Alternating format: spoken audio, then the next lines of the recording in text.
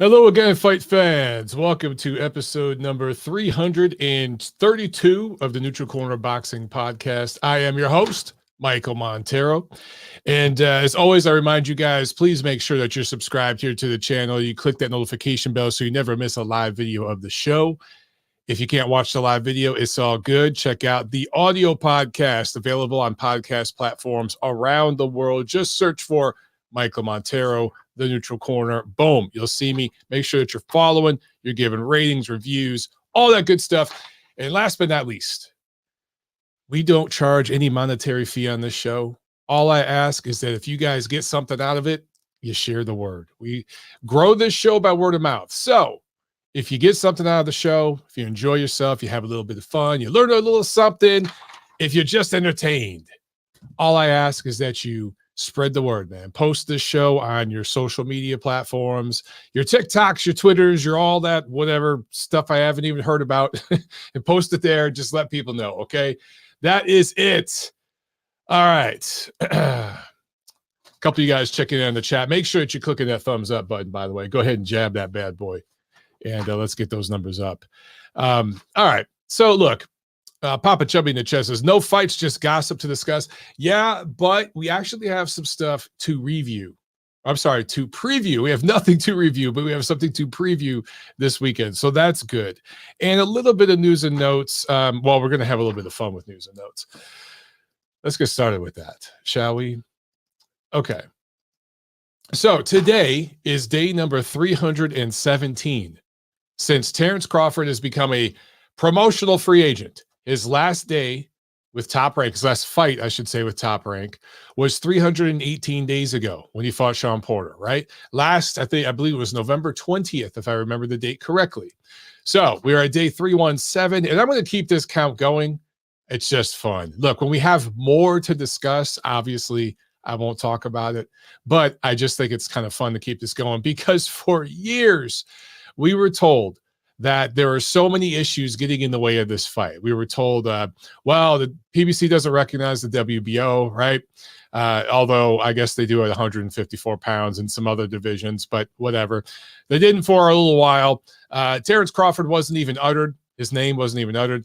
And he wasn't included on graphics that were, during broadcast on Showtime and Fox. And then we were told Bob Arum was in the way, right? It was this, that, the other thing. A side, B side, all of it. So listen, all those barriers are gone now. And suddenly, apparently, the PBC is back in business with the WBO because Errol Spence wants to fight Terence Crawford, as he should. I truly believe these two fighters actually want to face each other. It'd be for undisputed at 147, all the belts. The sanctioning organizations are not forcing any mandatories. They're kind of letting PBC try to work this thing out. And it's been almost a year and we don't have the fight. So I talked about this on my show Friday, and I've been talking about it the last few weeks. You guys know how I feel about breaking news and, all this kind of stuff, sources. And I have a little fun with that on Twitter, of course, and here on the show. I'm not going to go down, that rabbit hole for the 5 millionth time, but this fight was apparently, just a few weeks ago, it was as good as done, right? That's what we were told. And here we are. Now we're being told by the same person that said the fight was done, all but done. And they just need to finalize a couple small little details, cross the T's, dot the I's. Everything's good. Everything's agreed to. Well, apparently everything wasn't agreed to because now here we are a few weeks later and it's dead for November 19th. Let me just clue you guys in. It's dead for 2022. It's not happening this year. It's going to happen early next year when the books open back up at the broadcast company and all that. We'll talk about that later. But anyway, the same people that were telling you this thing is done. Well, now there are issues. And if you believe these same people, Terence Crawford is upset because he's not getting a guaranteed purse. He's getting upside of the pay-per-view, right? He's getting a certain split of the upside money, and he wants some transparency. He wants to be able to see the books. He wants to be able to see, okay, well, if I'm getting a cut of the remaining funds after your expenses and everything, I want to see the expenses. I want to see what's being spent on what. I'd like to see the books opened up. I would like to have access to see this stuff. I just want transparency so that I have some say in what gets spent and what doesn't, because that affects my bottom line directly, because you guys won't give me a guarantee. And that's where we're at, if you believe the sources, right? The anonymous sources. So listen, is it more than that? Is it less than that? Is it that and maybe some other things we don't even know about? Sure, it's probably all the above, right? Again, nobody that's reporting on this is directly in the room. But guys, as I always say, if you just kind of look at the track record and stay consistent and look at the way certain entities, certain platforms do business, and you look at the reality of the economics involved, it's not really that difficult to figure out. Am I saying I have all the answers? Absolutely freaking not. Nobody out there does, except for the people directly related to the deal. That's a handful of people, right? The rest of us, a million other people, just have a freaking opinion. Some of us, our opinion is a little more reality-based than others, okay? I think that's why you guys watch this show. Just try to keep it in logic and reason and look at track records. And then you basically, yeah, it's conjecture. Yeah, am I hearing a little this, a little that from some of my sources? Yeah, maybe. But again, admittedly, I don't know anything about this damn deal that you guys don't know. Like, right? You know what I'm saying? We're all in the same boat. But I wanted to share a tweet with you guys because I thought this was freaking awesome, man. A couple guys in the chat with some interesting comments here. Anthony Santiago asked, what are the chances Crawford retires if the Spence fight doesn't happen? I don't see him retiring. That's an interesting question, because a lot of people would ask, well, where does Crawford go if the bridge with Bob Arum is completely burned, right? Because to put this into perspective of how idiotic Crawford handled everything with Top Rank, and I like Terence Crawford. He might be my favorite fighter pound for pound of this generation, just watching him fight. I really do like watching him fight. But boy, did he screw that up. When Terence Crawford went pro, his first dozen or so fights were club shows. Basically the shows that like I fight on, a guy like me fights on. Seriously, okay? That level of show. I'm not exaggerating. Go look the shit up if you don't believe me. PBC didn't want him. Golden Boy didn't want him. And this goes back when actually PBC was Golden Boy, basically. Eddie Hearn and Matt, those guys nobody wanted him. Top Rank took a chance on him and built him into a multi-division title holder, an undisputed champ at 140, a fighter of the year winner, and a pound for pound #1 fighter. Crawford was #1 on several lists for a while. Top Rank did all that for him. Now, I'm not saying Bob Arum didn't make mistakes. He did. And Arum says just egregiously stupid shit sometimes. He absolutely does. Okay. You could say that's part of his charm because he's like 900 years old. Okay, fine. But he does say some ridiculously stupid shit. And he did say some dumb things as it relates to Crawford. Some of the things he said had kernels of truth to them, but still shouldn't have been said in public if he's the guy managing and promoting Crawford's career. That's all been debated to death. But what can't be debated is that none of these other promotions, including PBC, wanted a fucking thing to do with Crawford when he went pro. Top Rank took him on, built him up into what he became. Okay, Crawford burned that bridge, with that whole lawsuit. He's not going to get a dime of that money. I don't know who whispered in his ear and told him that was a good idea. Whatever. And it's looking dumber and dumber.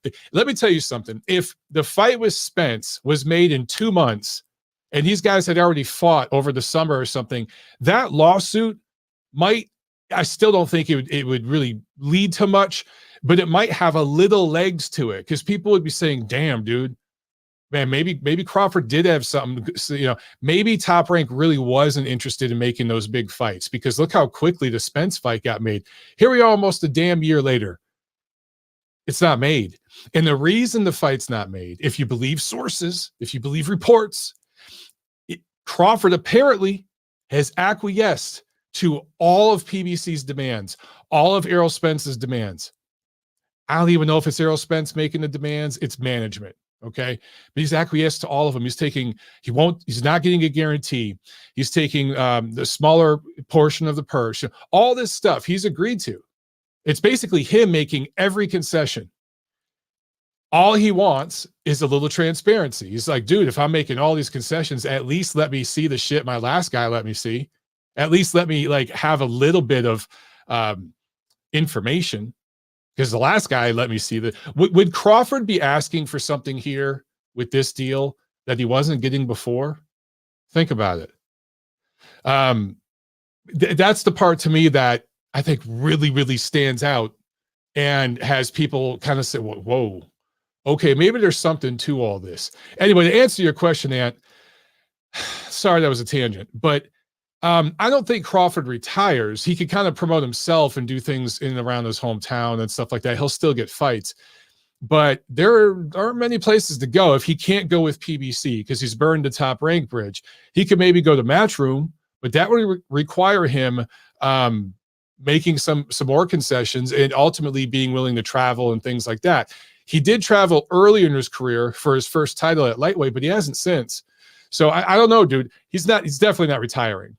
Definitely not retiring at all. But I want to show you guys this tweet from Ring IQ Boxing Talk. I like Julius, man. He's one of the few guys out there. He has a YouTube channel that I enjoy watching. And we see things very, very similarly. You know, we have a similar worldview on a lot of the boxing topics. But I thought this tweet he just brought up a great point here. And I'm going to read this for you guys listening on audio.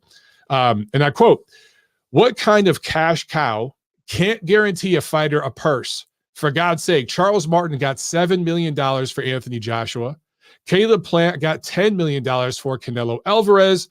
But little fish Errol Spence can't guarantee Bud no money. Heyman is not what you dummies think he is."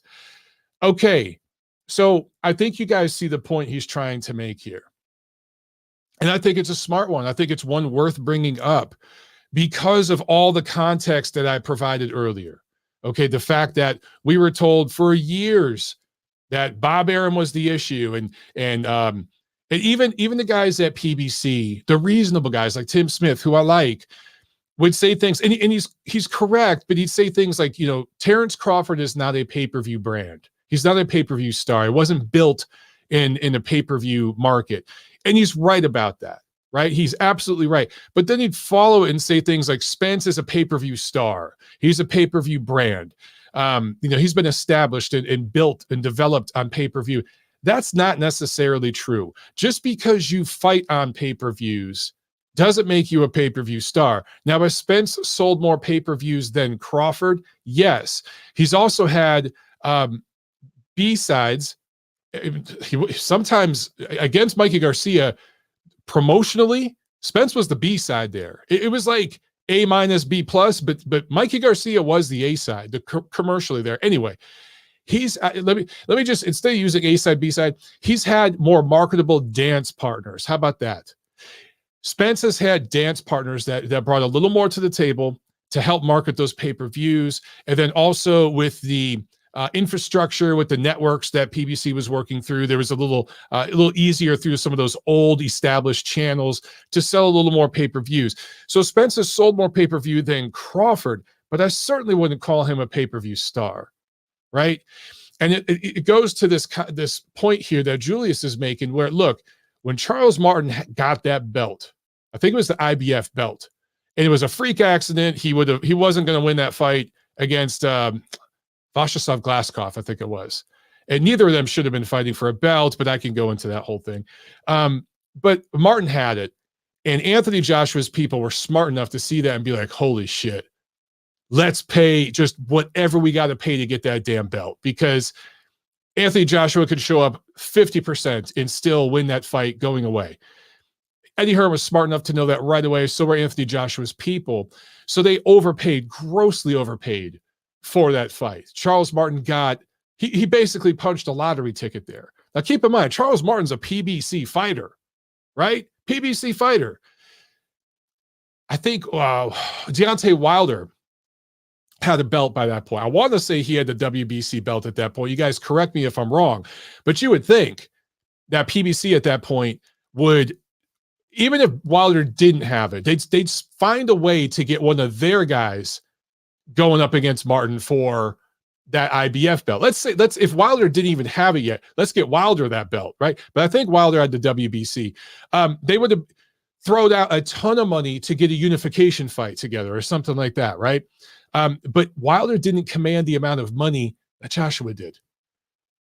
Hearn and Joshua were able to grossly overpay Charles Martin because Joshua is such a brand that marketing that fight as a title fight, which technically it was, over in the UK was big enough where they could do that.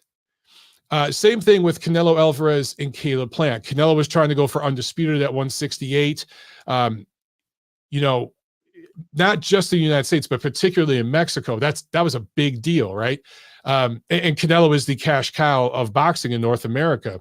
And they were able to grossly overpay Caleb Plant for that fight. Now, Canelo had to do a deal with PBC. They wouldn't do business otherwise. So that was maybe they learned a little bit from the fight between Martin and Joshua. And this time they're like, no, Canelo, you're going to do a pay-per-view with us because we're going to do this fight here in the United States. And I think they understood economically it made the most sense in Vegas. In the case of Joshua Martin, that made the most sense over in the UK. So anyway, the deal was different. PBC tried to get Canelo to sign a multi-fight deal. He looked at those contracts and said, fuck no, I'm not doing that. And they did a one-off. And Canelo was such a massive brand. He's such a big brand that they were able to justify grossly overpaying Caleb Plant to basically sell his title to Canelo. So if you were, for years, we were told that this situation between Spence and Crawford is similar, right? Because Arab did not build a brand with Crawford because he did fight on pay-per-view, but he never sold a lot on pay-per-view. Nobody cares about him, blah, blah, blah, blah, blah. And Spence is the A side. Spence is the big superstar. He's the money man in the welterweight division, yada, yada, yada. That's what we've been told. Okay, now's your chance to prove it. Grossly overpay this dude. Give him a guaranteed salary. Give him a guarantee. You keep the rest. If you're that confident in your brand with Errol Spence, if he's every bit the superstar that Canelo is, that Joshua is, that Fury and Wilder and Golovkin are, if he's on that level, then do that. Make it simple, dude. Go to pay-per-view, just like you did with Canelo and Plant. If Spence is Canelo and Crawford is Plant, then do that deal. But that's not happening. And it's kind of exposing just a little bit some of the things that some of us have been saying for years and got shit on. Now, certain media entities, certain YouTube channels, etc., they're either being really silent about this or they're kind of flipping it and just saying that, Terence Crawford's ducking, which is ridiculous. I think Spence and Crawford both want the damn fight. I really, really do. But it's breaking down in negotiations when we were told, oh, this is going to be easy. It's going to be real, real easy. Just get that devil out of the way. The Bob Arum, that devil, get him out of the way. This will be easy to make. Well, it's proving to not be that easy, is it? Because look where we're at. So anyway, some food for thought. I wanted to show that to you guys. Also wanted to show you one of my polls. You guys know I love doing polls, right? Let me pull this up. Here we go. All right. I had a little fun with this. Which fight happens first? And I have Spence versus Crawford, Fury versus Usyk, Canelo versus Benavidez, and Garcia versus Davis. Now, what's interesting is Garcia versus Davis won the poll. And what was last place was Canelo versus Benavidez. But third place was Spence Crawford. There are more of you out there that think we're going to get Ryan Garcia versus Tank Davis and Tyson Fury versus Alexander Usyk before we get Spence versus Crawford. That surprised me. That really surprised me. Because this wasn't like a trolling poll where I was having fun. Because I thought about putting like Jake Paul versus somebody. I put him in the hashtags to troll a little bit. But I thought about putting him in one of the questions, like Jake Paul versus Canelo Alvarez. I thought about throwing something like that in there, but I didn't do it. Anyway, I was really surprised to see these results. A lot of you have completely lost hope in that fight, man. Okay, let's move on. Well, actually, we got one super chat. Yeah, let me get to this. Sam with a super chat. Thank you, Sam. He said, heard a rumor that Bob is going to sell Top Rank soon. Sam, I've been hearing that rumor for 10 plus years, man. Every year it's like, oh yeah, Bob Arum is going to sell Top Rank because he's so old. Why would he sell? He's a multi millionaire. The one thing about Bob Arum, I think is going to work until he dies. The second that dude stops working, I think that his health will deteriorate. He's one of those guys that needs to be working, and he's got a really good staff there at Top Rank. He will leave the reins of that company with those folks, and I think it'll be successful in the future. It won't quite be the same without Bob, but I can't see Bob selling and walking away, even at this point in his life. I think he will literally work until he. That's just my personal opinion. It would be interesting if you sold it, but I mean, guys, we've heard that. I always hear rumors Golden Boy is going to sell. I've heard rumors recently that PBC was going to sell. Somebody's always trying to sell. Never really happens though. All right, let's move on with some more news and notes. This is a sad note. A Brazilian champion, one of the all-time greats, for definitely one of the best Brazilian, probably the best Brazilian fighter ever, Eder Joffrey. Died Sunday from complications. Apparently, it was due to CTE. He was diagnosed at a certain point later in life with CTE, and I think he had a pneumonia as a result of just deterioration from CTE. At least that's as I understand it. And died in his homeland in Brazil. Was a champion at 118 and 126, the legitimate champion at 118. International Boxing Hall of Famer, of course. Only lost twice. Knocked out 50 opponents. And it's a small group of fighters that have knocked out 50 or more fighters, but only lost twice, and both of those losses were to a Japanese great fighting Harada, one of the best from Japan. So really, really great career, and probably the best fighter ever from Brazil. He is now RIP. So all right, farewell, champ, and let's move on. Let me see here. Check the phones. Okay. We'll go to the phones in a couple minutes, guys, but we can't review anything because nothing took place last week. And I know there were some club shows and some fun stuff. Tijuana had a card and stuff like that, but I'm talking about major events. There's really nothing to review, but we got some stuff to preview this weekend. This Saturday, October 8th. Let's start here in America, and then we'll get over to the Showdown in London. In Carson, California, it's just south of Los Angeles. We have PBC and Showtime. I think this is TGB Promotions. And the main event, Sebastian Fundora versus Carlos Ocampo. And Fundora has an interim belt at 154 with the WBC. So technically that belt will be on the line here. I talked to Sebastian a couple weeks ago when I was in Detroit. I released that interview on my YouTube channel so you guys could check it out. We talked for maybe about 10 minutes or so. And I asked him about this opponent, because look, a lot of people are looking at this as a tune-up fight, a stay busy fight, whatever. Of course, earlier this year, Fundora had that great fight with Erickson Lubin. We had Erickson Lubin on the show just a little bit after that. Fantastic fight. For me, probably the fight of the year so far. And I know there's several candidates. Wood Conlon and then Taylor Serrano. There's a couple of good fights.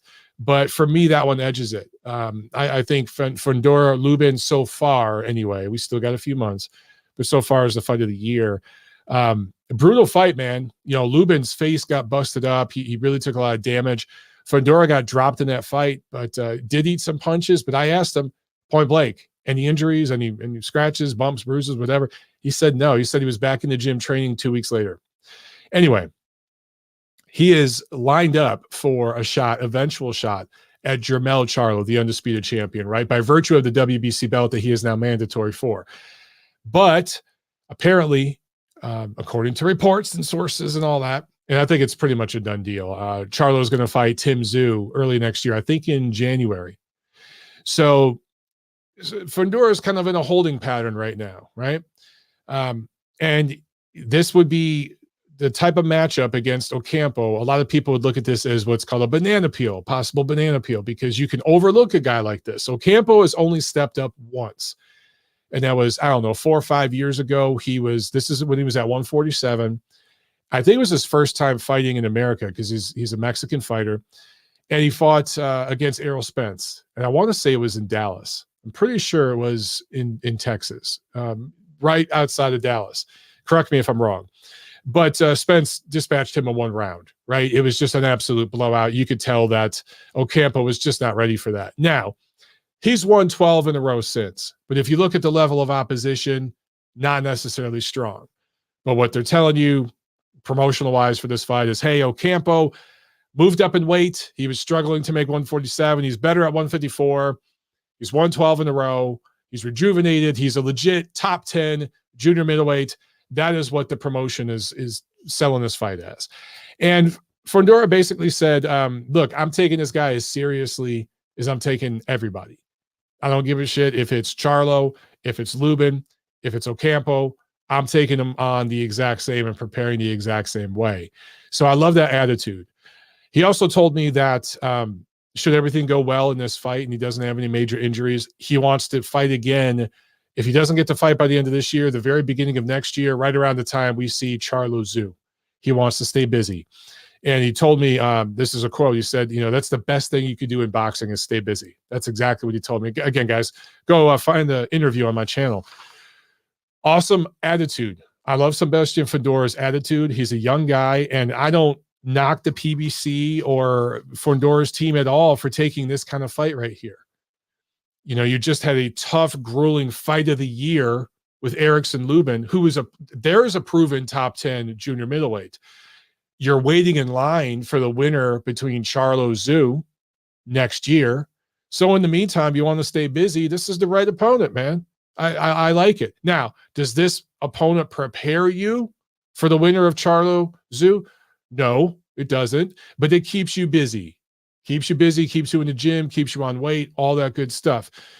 What I'd like to see is Fundora put on a fantastic, dominant performance, take care of business, and then get back in the ring, whether it's, January, February, something like that next year, against an opponent a little bit better than Ocampo, but it's probably not going to be, the absolute elite of the division. I get that. But somebody legit top 10, a proven guy, to help prepare him for that eventual fight. But I like Fundora's attitude, man. I really, really do. And I expect him to put on a good performance here. Also on this card, Carlos Adames versus Juan Macias Montiel. And this is for a vacant interim belt at 160. Another BC. Man, the BC and the BA, they love throwing out those interim and Reggie belts, man. They just love it. But that's a good quality matchup. That's a good matchup. That's more of a diehard fight fans kind of matchup, right? These guys aren't necessarily names, but I think that's going to be a good fight just because of the style match. Also, Fernando Martinez versus Jerwin Ancajas for the IBF 115-pound title, junior bantamweight, super flyweight, whichever you prefer. That's a pretty good matchup too. Ancajas, though, I got to say, has kind of just been disappointing.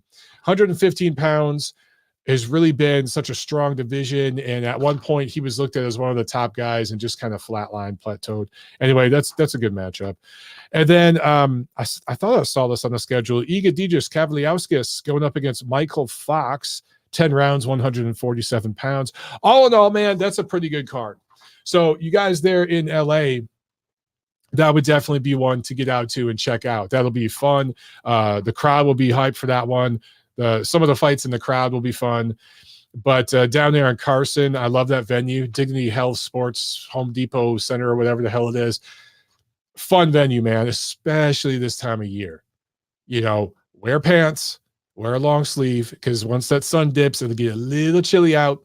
But this is just the best time of year to go see cards there. Perfect freaking weather. You guys will have a blast. So go check that out. All right, let's go to London. Actually, I think, yeah, I got a super chat. I can't ignore this super chat. Let's get this. Aaron, super chat. Thank you so much. Said, yo, Mike, not boxing related, but I am with Thad. I'll watch Australian Open, tennis, or anything over boxing unless it's championship level, like Bivol, Beterbiev, etc. Hey, man, look, I don't blame you. I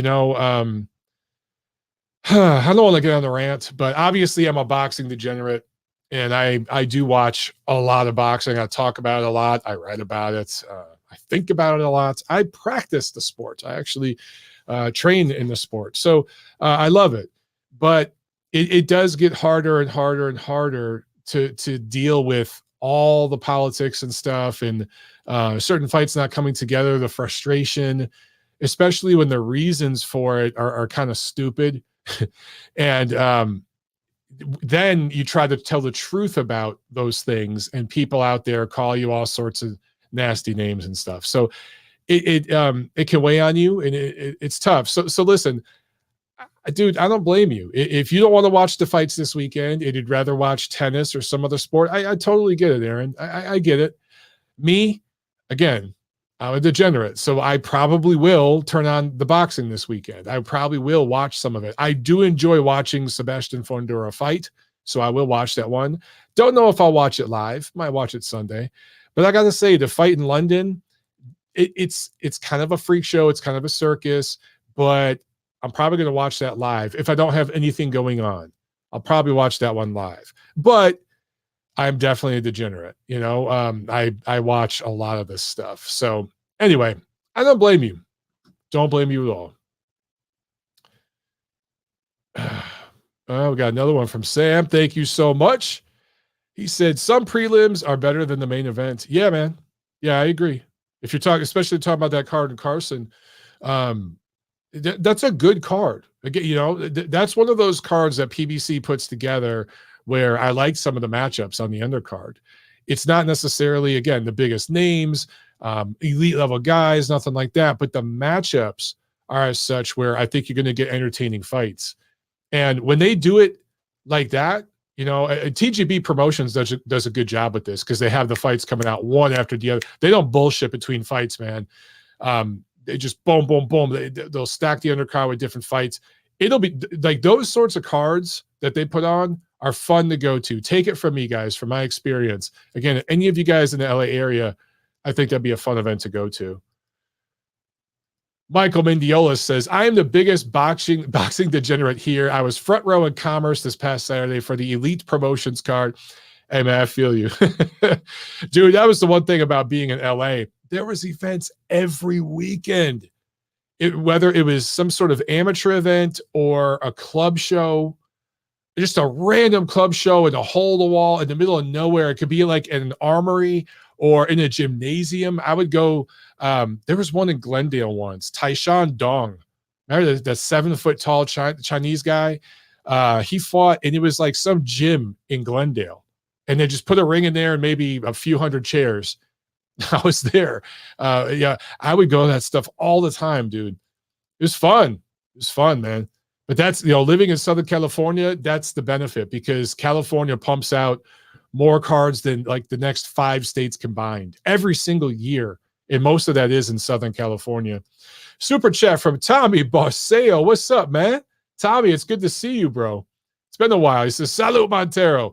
I'll be honest, I'm a bit checked out from boxing also, but I still listen in or watch your podcast when I have time. I appreciate it, Tommy. And listen, I hear you, man. Like, guys, I get it. It's tough. It's tough to hang on one second. I gotta drink some water. It is tough to maintain the passion.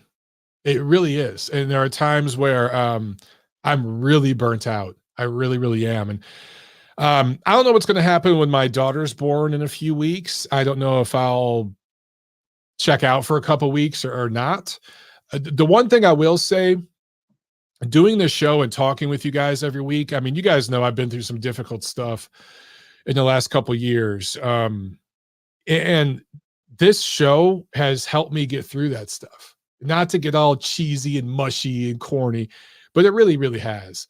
Sometimes just being able to log on and talk to you guys and do this show has really just helped me get through that stuff. And I've talked about this before too, long before I did any kind of media work and stuff. And I was just a crazy boxing degenerate fan, like in my 20s. And I was on the road traveling for business all the time or for sports stuff, whatever, athletic stuff, or when I was in the military. There's a lot of times where I was in different cities. I didn't know anybody there. This was before Tinder and stuff like that, right? There's a different world, guys. Now you go to a new city, you're like, oh, shit, let me check my Tinder. Okay. But no, this is before all that. And, Friday night fights on ESPN and stuff like that is how it helped me cope with loneliness and things like that. So sometimes, boxing helps me through those sorts of things. But as far as some of the bullshit the dysfunction. I hear you guys. I don't blame you at all. I truly don't. Aaron with another super chat. Thanks again, bro. He says, Mike, will you be commenting for Kambosos Haney? That undercard looks very nice. What date is that again? Let me look that up because I don't want to mess this up because the date would be important. Yeah, okay. That is in about 2 weeks. So I don't know, dude. Maybe I could. Maybe for that one, I could do a like a live fight commentary or something next Saturday. Let me know what you get if you guys would be interested in that. Maybe I could do that. The thing is, I just don't know how competitive that fight's going to be, man. You know what I'm saying?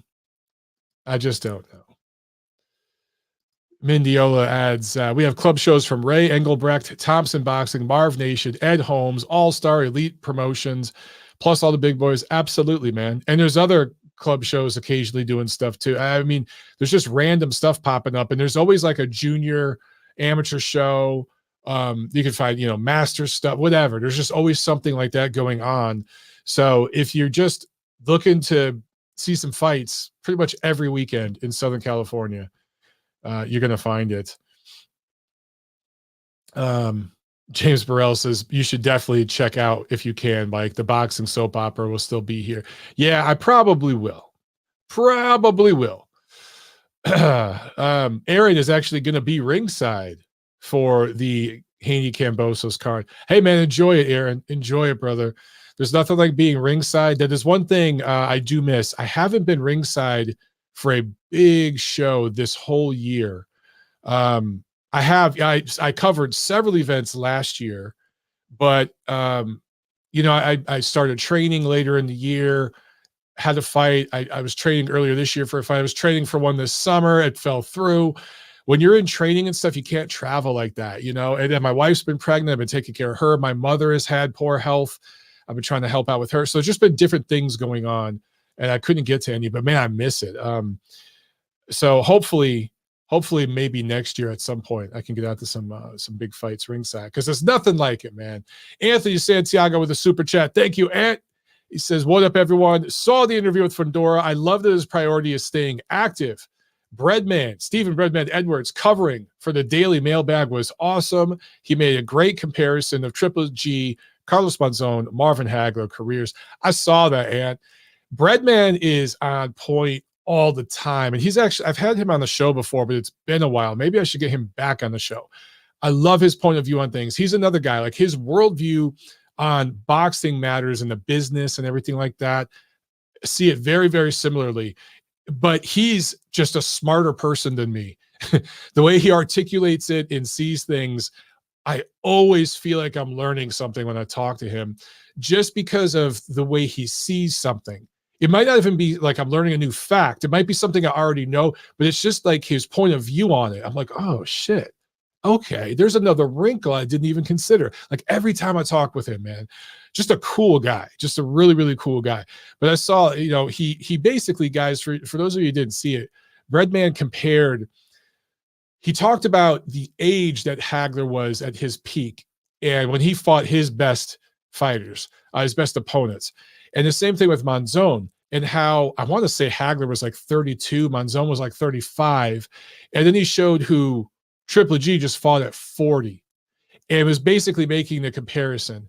And then he said if Monzon had done that, he would have had to fight and listed the fighters. If Hagler had done that, he would have had to fight and then he listed the fighters. It really put things into perspective. A lot of you guys out there, I know on this show anyway, respect Triple G, but there's still so many haters, and it's just bizarre. It's just one of those really, really bizarre things when you look at I just think he's an underappreciated fighter by a lot of people. Anyway, yeah, man, I love Breadman. He's just a cool guy. He just sees things in such a smart way. All right, guys, I'm going to jump to the phones real quick. I'm going to start with a call from Canada from a guest that I wanted to bring on. In fact, let me share. I just want to share his Twitter account so you guys can see his Twitter here. Give me 1 second to pull it up. All right, here we go.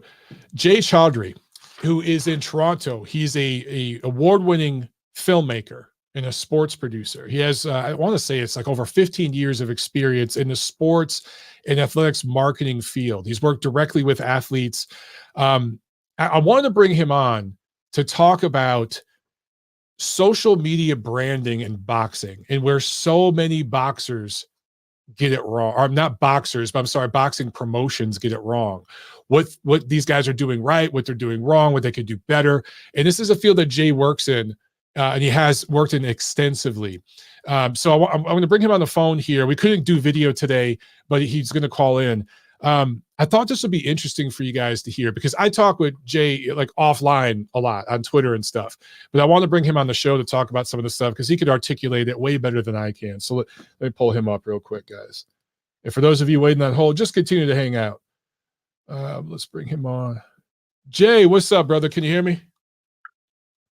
Testing, 1, 2. What's up, Michael? Gotcha. We hear you loud and clear, my friend. I know you. Are you? Good stuff. You're busy with like babysitting kids and stuff right now, so hopefully we won't hear like a bunch of... I got my niece here, and I also got a crazy ass cat. So if I was to video call, you guys would have cameos from the most adorable creatures, but it'd be highly annoying for me. Okay. All right. So if we hear screaming in the background, it might be your niece. It might be the cat. We won't know until we hear it. But okay. There you go. All right, man. Could you talk real quick just a little bit about your background and how it relates to boxing, and then I want to get into a little bit about. Because I see you tweet stuff all the time where I'm like, holy shit, that's a great point. Just how boxing in general could do a better job in the internet space and the social media space, all of that. Yeah, sure. I mean, look, we're certainly getting there one step at a time, but, as boxing has it, like it's always taking, one step forward, 2 steps behind sort of thing. But where my experience kind of like took off from was my work primarily in boxing was with Phil LaGreco, local boxer here out of Toronto.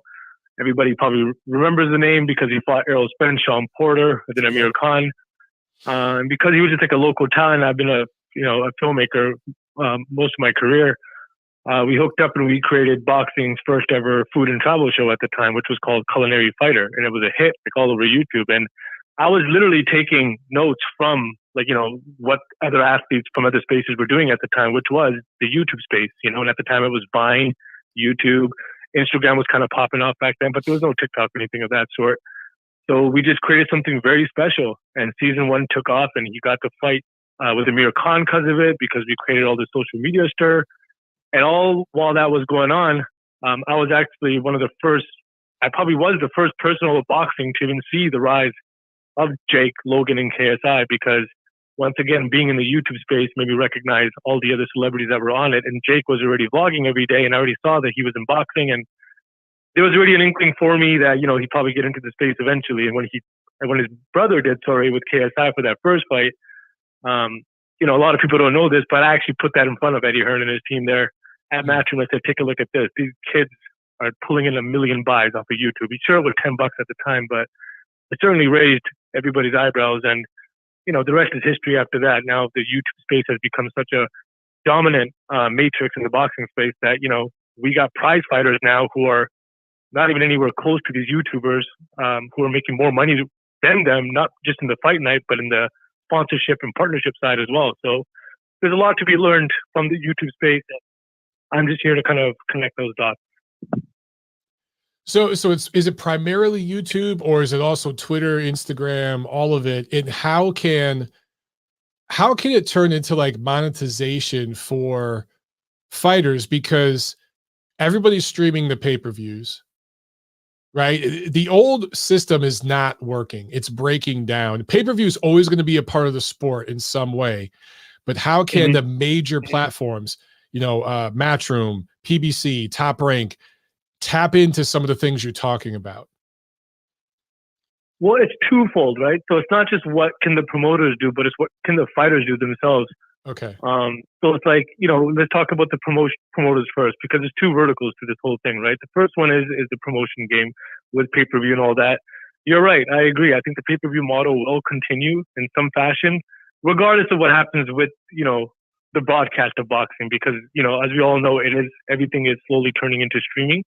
So whether it's streaming, whether it's through linear, whatever it might be, there's always going to be some kind of pay-per-view element to the sport, right? So there's that. But what the promotion companies are lacking is actually in the side of audience acquisition, aka how to build a community of fans and actually tie them into your organization as a measurement of unit. You know what I mean? So it's like all the major league sports have their own apps, something that we don't have. We don't have a PPC app, a Top Brick app, a Golden Boy app, nothing.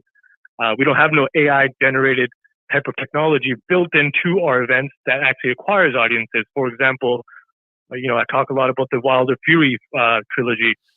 Some of the biggest pay-per-views that ever happened in the last 5 years, we had the tech here to position inside the stadiums to make sure that every guest or every attendee was tracked and traced so that we could package them another package for later. And it's like, we're lacking on this stuff a lot when it comes to the AI and tech stuff. And how does that equal into monetization? Well, because you're building a community of that goes beyond just the traditional boxing fan.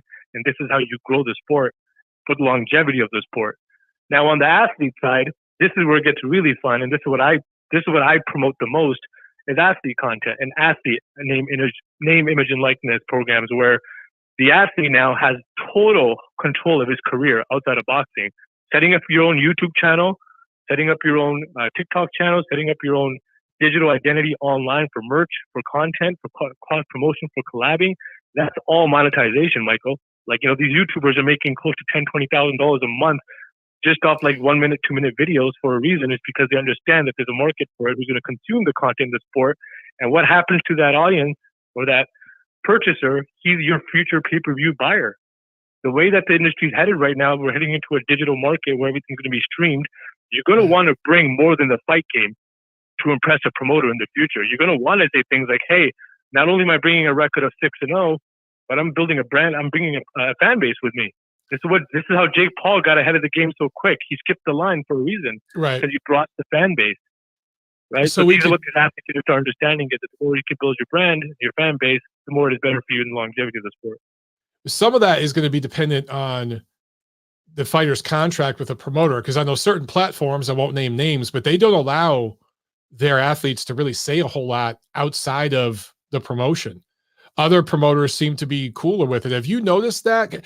Like, I'll name one name. It seems to me that Eddie Hearn and Matchroom Boxing tend to understand this stuff a little bit better than the other promoters. Am I right or wrong about that? Yeah, as a headline statement, yeah, for sure, because Eddie Hearn was the one who actually gave the first shot to the YouTubers coming to the space. So 100% I can agree with that. He's definitely more open. He's definitely more understanding of this game, and he's also somebody who I speak with. I speak with his partner Frank, regularly, and they totally understand, this whole game and this whole side of things. So they know what they're doing. They're building the content. They encourage all their athletes to go out there and look, hey, whatever your fight bank is, take a % of it, put it into your content. Like, they're now telling their athletes this kind of stuff, and so they're great promoters like that and great managers like that. But unfortunately, in U.S. and I can say this because I put in my hours here, bro. Like, I've been doing this since 2017. I'm like one of the most, loudest voices in the sport when it comes to this. And I've spoken to top ranks, the PBCs, the Golden Boys, the Lou DiBellas. I've spoken to all these gentlemen. And it's like, they get it, but they don't want to put in the extra effort of work, because what's not broken, don't fix it. Like, you make total sense, Jay, but it's not here right now. This is not for us right now. And that's why I keep saying, it's like, some of these guys just got to, pass the baton to the next guy, because in order to grow the sport, you need somebody young and fresh who understands this, can grow it. But most of these guys are just like, I'm not naming any names. Everybody who I did name, all phenomenal people that I've spoken to, that I've worked with in the past on projects here and there. But it's like the overall picture, they're just failing to take it by the horns, unfortunately. Yeah, I feel like the first promotion, because I hear what you're saying about the fighters. I mean, in boxing, the fighters are the brand. You think of like football, it's the NFL. Basketball is the NBA. Boxing is very different. No one cares if it's WBC, WBO. It's all about the fighter themselves. They are the brand. But if a promoter figures out how to do this, and they bring in guys like you to help do strategic marketing and advertising on these social platforms to build up an audience that wants to tune in to watch, quote unquote, let's say Montero Promotions. They want to watch Montero Promotions fights. Whoever's fighting, they want to watch my fighters fight. That is kind of what UFC has. And the first boxing promoter that figures this shit out.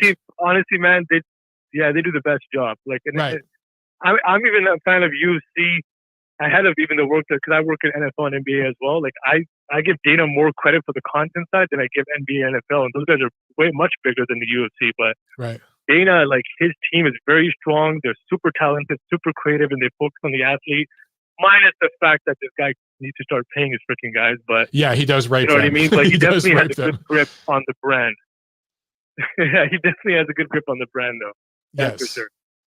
Okay, cool, man. Yeah, I agree with you, man. And the promoters need to just start understanding that, you know, the way that the industry is headed, they need to just start getting ahead of it. And it's not even getting ahead. It's like when you finally figure out how TikTok works, it's going to be something else there. And we don't need to be decades behind all the time on this stuff, guys. Yeah, I just feel like they're always late to the game, and someone's going to figure this out.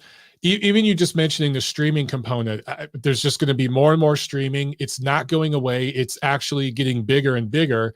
And again, boxers have always been the brand in this sport. The fighters, like we might get to a point where promoters are going to look. I mean, it used to be promoters look at signing guys out of the Olympics, but we might get to a point where they're looking at that, but they're also looking at how many TikTok followers you have, how many Instagram followers. I hate to be that way, but they're going to look at that kind of stuff because they're going to say, okay, we can monetize. It's 100% going to be about that, though. Yeah, it's 100,000%. There's no doubt in my mind it's going to be that.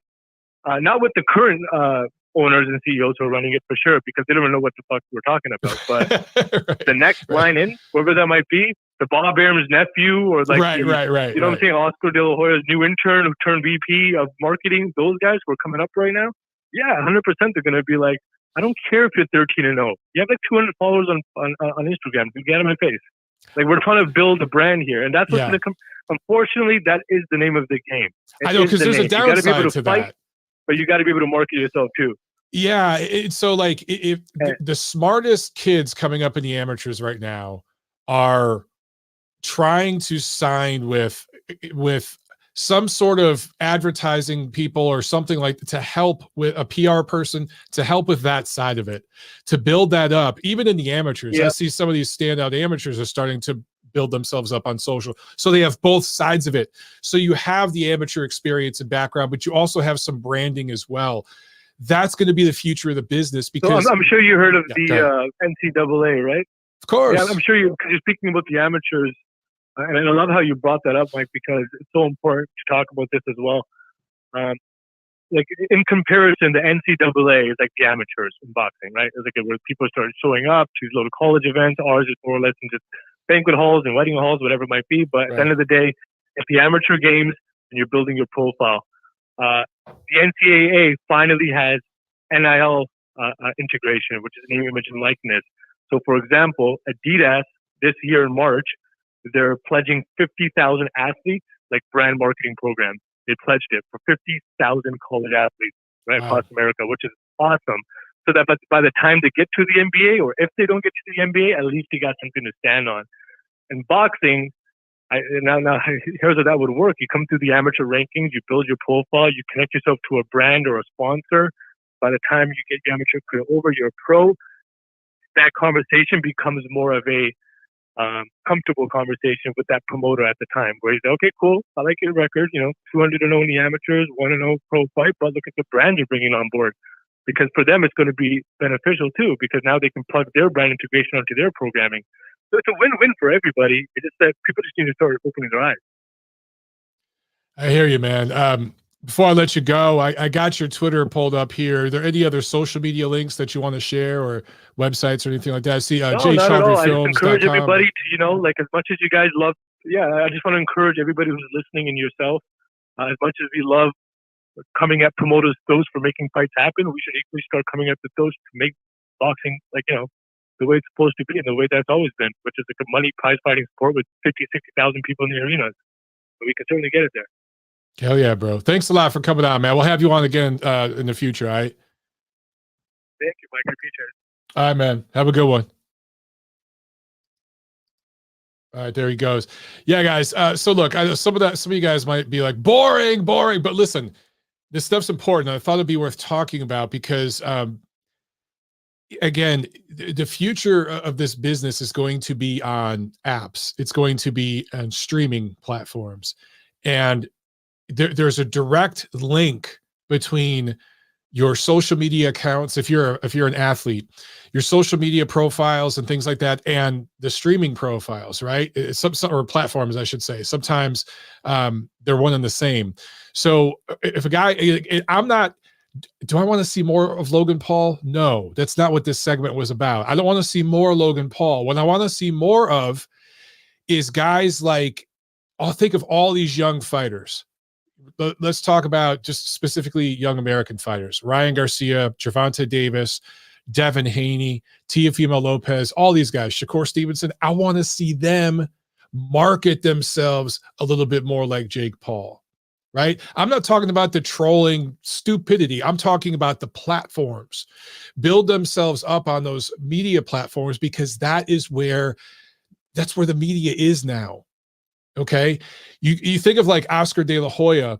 He was a star before he went pro because he fought in the Olympics, basically during the last Olympics that America watched. I'm talking about Olympic boxing. He was the golden boy, right? And he had a great story. A lot of people in America watched him in the Olympics. So when he went pro, he kind of had a name for himself back. That media infrastructure is collapsing. And the new place now is in the digital space. And I don't understand it that well. I'm starting to a little bit, but I'm telling you, the fighters, I'm talking about actual fighters. I'm not talking about celebrities trying to do crossover shit. I'm talking about fighters. The fighters and the managers, the PR people attached to the fighters, and ultimately one of these promoters is going to figure this shit out and actually invest money. I'm talking millions, not a couple $100s. Not paying some intern, some pizza face intern to do this shit for free. I'm talking about hiring professionals, put in real money, develop the infrastructure. They are going to figure that shit out, and they're going to take over the game. It's right there. It's right there. So anyway, I thought that might be interesting for some of you. I recognize that I got a whole other fight to review or preview. I keep getting those mixed up today. I am just all over the place. All right. Super chat. Did I miss any? Sam A with another one. He says Carlos Monzon was 79-0, 11 over an 11-year period. Cabbies. Yeah. Look, Monzon beat some very good fighters, and then there were some fighters in there that weren't very good. Right? If you look at the resume, there's a lot of 0-star or 1-stars there on BoxRec. You pull up the record, but he was fighting a lot. Guys back then fought a lot. So I don't mind seeing those types of fights in between, top dogs. Some people do overrate Carlos Monzon a little bit. For me is a top 5 middleweight of all time, but some people rate him number 1. I don't know if I'm going to put him number 1. Not the best guy outside of the ring either. Not that matters when you're rating someone, but I'm just saying, yeah, complicated person. Another one from Sam. Thank you so much. It says, even Bob Sheridan can't make Haney Kambosos exciting. Yeah. Listen, I look at that matchup and I ask myself, who can do better in the rematch? And I know a lot of people are saying Kambosos can do more in the rematch. You know who I actually expect more from in the rematch? Devin Haney. I want to see more from him. If it's the same thing, if it's an absolute replay of the first fight, except maybe Kambosos wins another round or so this time, it's still a W for Haney. Absolutely. But I'm not going to say it's a moral defeat. I'm struggling to find the right words to describe it. I just would say it'd kind of be a momentum staller. I want to see him show even more and step up another level. And if he could actually stop Kambosos this time, make a statement like that, I think that'd be big. Twal makes a really good point here. And this is the dark side of what I was just talking about with Jay. He says the guys who are marketing themselves via social media are the ones who don't want to fight anyone. I get where you're going with that, and I agree to a certain extent. Here's what I'll say. That isn't what I was talking about, though. Okay. What I'm saying is, imagine a fighter that fights often, maybe one fight a year is against an elite opponent, but 3 or 4 are against a mid-level opponent, but they're fighting 4 times a year, right? and they're marketing themselves, but actually getting in the ring and fighting. They can't fight an elite opponent every single time, but maybe they're getting in there 2-3 times a year against a mid-level opponent, and that's on regular DAZN or whatever it is. And then once a year, they're getting in there against an elite opponent, and it's a pay-per-view. I'm not saying $80 pay-per-view. I'm saying, whack that in half or something. I'm just talking in the future, okay? If that's kind of the setup that we have with a star fighter, I think that would be preferable. In the new world, the way media works now, I think that would be preferable. I'm not talking about the guy doing the Twitter call out, because to me, that's not marketing yourself. I mean, like right now what Tyson Fury's doing, he's calling out Anthony Joshua. He's got this thing with Manuel Char going. He's not even mentioning Usyk. It's just bizarre. He's called out like a bunch of people. He retires, he unretires. To me, that's not marketing himself. That's just making everybody annoyed by you. Some people love it. Some people absolutely love it. But most people are annoyed by it, right? So that's not marketing yourself. I think there are ways to do this differently, but boxers need a professional around to like coach them on this stuff. That's what the guys in the NBA, NFL, that's what they get. There's all these agents and people to coach them on how all this stuff works. And boxers really don't have that. A couple young guys do. A couple young guys hire PR people, but most of them don't.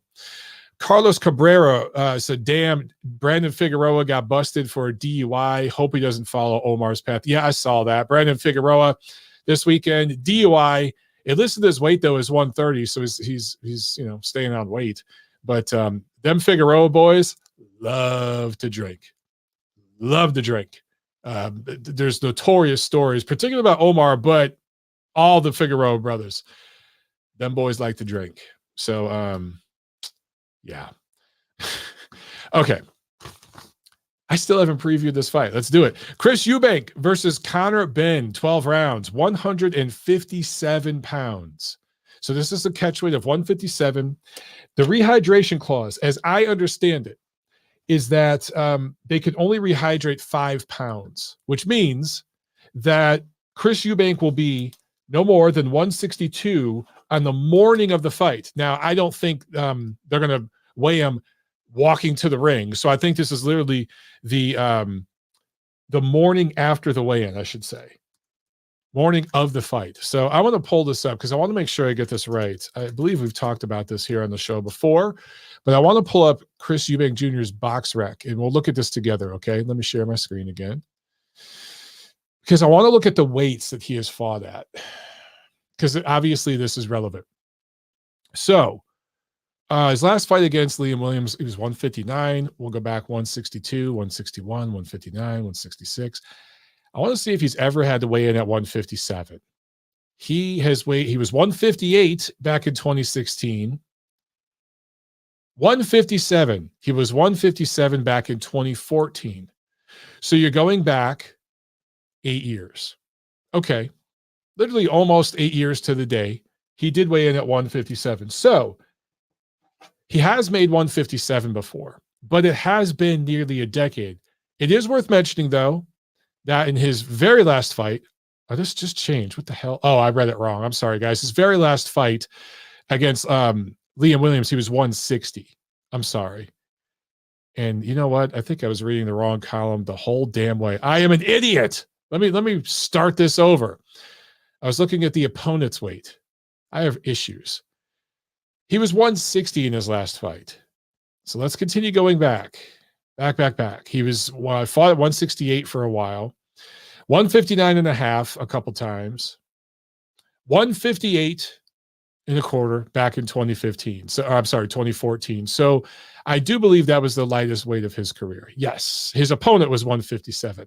Sorry about that. So the lowest Chris Eubank Jr. has ever weighed in was 158 and a quarter. That was 8 years ago, almost to the day. That was October 25th, 2014. Okay.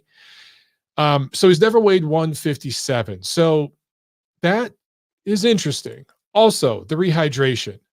Eubank blows up after he weighs in, right? He's one of those guys that gains like 15 pounds. He's only going to be allowed to gain 5 pounds till the next morning. Now, once again, I believe after the rehydration weigh-in or whatever, the morning of the fight this Saturday, he'll be able to gain some more weight. how much is that weight going to affect him? How much? Because I understand people will say, well, Mike, it's only 1 extra pound. He's done 159, 158 before. He's got to get down to 157. It's 1 extra pound. I get it. For those of you who have ever competed in any sport where you've had to cut weight, let's say you got to drop 10 pounds. The first 6, 7, 8 pounds is relatively easy. It's the last 2 pounds that suck. And it's the last 2 pounds that take a lot out of you. It takes a lot of your muscle. It takes a lot of your strength. I know this because I've had to do it.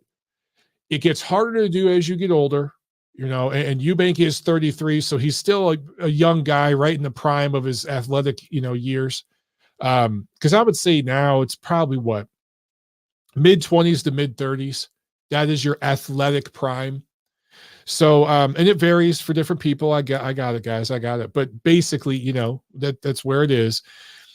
So in theory, yeah, he could drop down, but that extra pound, but even more than that, it's the rehydration thing. I do wonder how much that's going to affect him. I see Hamed in the chat. He says, this garbage fight is 30 pounds on pay-per-view here. Yeah, that sucks. That really feels like a manipulation. That's the zone, right, Hamed? I think it's the zone for you guys as well over there. I do believe it's Matchroom. The zone, with these pay-per-views, man, at least it's 30 pounds and not like 50 pounds or something. But Ro Knows in the chat says, Eddie said the rehydration was 10 pounds today. Okay, that's different than what I heard. Interesting. Rose also asks, any updates on the sister though? Yeah, the sister. Let's look her up. Let's pull her up and share her. Let's share the screen there. There are some very good looking boxing sisters. There's a handful of them there. Let's see. I'm trying to find a good photo here. The Sun. This is a good source, right? No, I can't find it. Who? Oh, who? I'm thinking of James DeGale's sister. James DeGale's sister. She was freaking hot. All right. Yeah, so it's free here in the US, but it's pay-per-view over there in the UK. Let's talk about some of these intangibles. So look, the weight is one thing. Eubank 5'11", 72-inch reach, has fought as high as 168, never been stopped, never been dropped, I do believe, right? He's never been seriously hurt. He's never been hurt badly. He might have been wobbled or whatever. He's been cut, but I don't think he's been down. Certainly hasn't been out. Now, Conor Benn, let's bring him up. Again, we had 5'11", 72. Conor Benn's 5'8". He's a little dude. Compact and explosive and everything, but he's a little dude. He is younger, but he has fought his entire career right around 147. So I'm just looking at his resume, and he does have some good fights. Fighting guys like even Sebastian Formella, Samuel Vargas, Adrian Granados, Chris Algieri, even Chris Van Heerden. Those are good, experienced, quality prize fighters. I don't know if they necessarily prepare him for Eubank, though. I want, guys, I really want to pick Benn in this fight. I want to just be an idiot and pick Benn and go for the upset because I haven't in a while. But the size of Eubank, I just can't get past it, man. Oh, Nacho with a good chat. Elmira Figueroa is very attractive. She shows up at Brandon's fights. But yeah, that might be the best looking boxing sister. I'm going to go pull her up. I don't give a shit. Let's see. I can't spell right now. I'm going to have to pull. You know what? I'm just going to pull up her Instagram. Why the hell not? Why not? You know why? Because I can. That's why I'm going to do it. Check this out. We're going to have a little fun on the show. For those of you listening on audio, too bad. Yeah, here we go. just for you, Nacho, since you brought it up. here's the Instagram. All right, let's see. Yeah, that works. That's a beautiful scene right there. And that's beautiful scenery. Where is that? I wonder. That looks nice. Nice mountains in the background. Oh, who the hell is this on this picture? What the hell is that crap? Get that out of here. Yeah. All right. Wow. Well, she's having a good time there. She's having fun at that concert, whatever it is. Here we go. Here's the picture we all wanted. All right. I'm just going to leave that there while we continue talking. Anyway. Yeah. So guys, my official prediction here, we talk about like size in fights, right? You talk about Canelo Alvarez fighting Amir Khan. People brought that one up. Gennady Golovkin fighting Kell Brook. Then you bring up Errol Spence fighting Mikey Garcia, right? You bring all that up, and I get it. But there's also a time when Canelo Alvarez fought Caleb Plant. Canelo Alvarez fought Callum Smith, right? We have seen smaller guys fight bigger guys and do very well. Now, that's Canelo Alvarez. And I'm not trying to compare Canelo Alvarez to Conor Benn. But in terms of actual boxing skill, is Chris Eubank Jr. better or is Conor Benn better? I got to go Conor Benn. I think Conor Benn's actually the better boxer here. The only thing is chin. Eubank has shown maybe his best asset is a good chin, you know? And I just don't think Benn can hurt him. So I got to go with Eubank in this fight. And I don't know why Benn wants this fight. I don't know why his people want this fight, other than welterweight is pretty loaded right now, especially at the top. And I don't think Benn and his people are very confident going up against the likes of, well, you guys know Crawford and Spence, but then like the young guns like Virgil Ortiz, Boots Ennis, and even like Stanley Onis and guys like that. I don't think Benn and his people feel confident fighting them. But then, like, okay, well, let's move up to 54. Well, look who's at 54. You know, at the very, very top again, you got Charlo. But then under that, you've got Sebastian Fundora. Do you think Benn wants to fight him? Do you think he wants to fight Tim Tszyu? I don't think so. So I think this is a way for them to get a huge career high payday in a fight where they have a chance of winning. I think they feel that they have a better chance of beating Eubank than the other guys I just mentioned.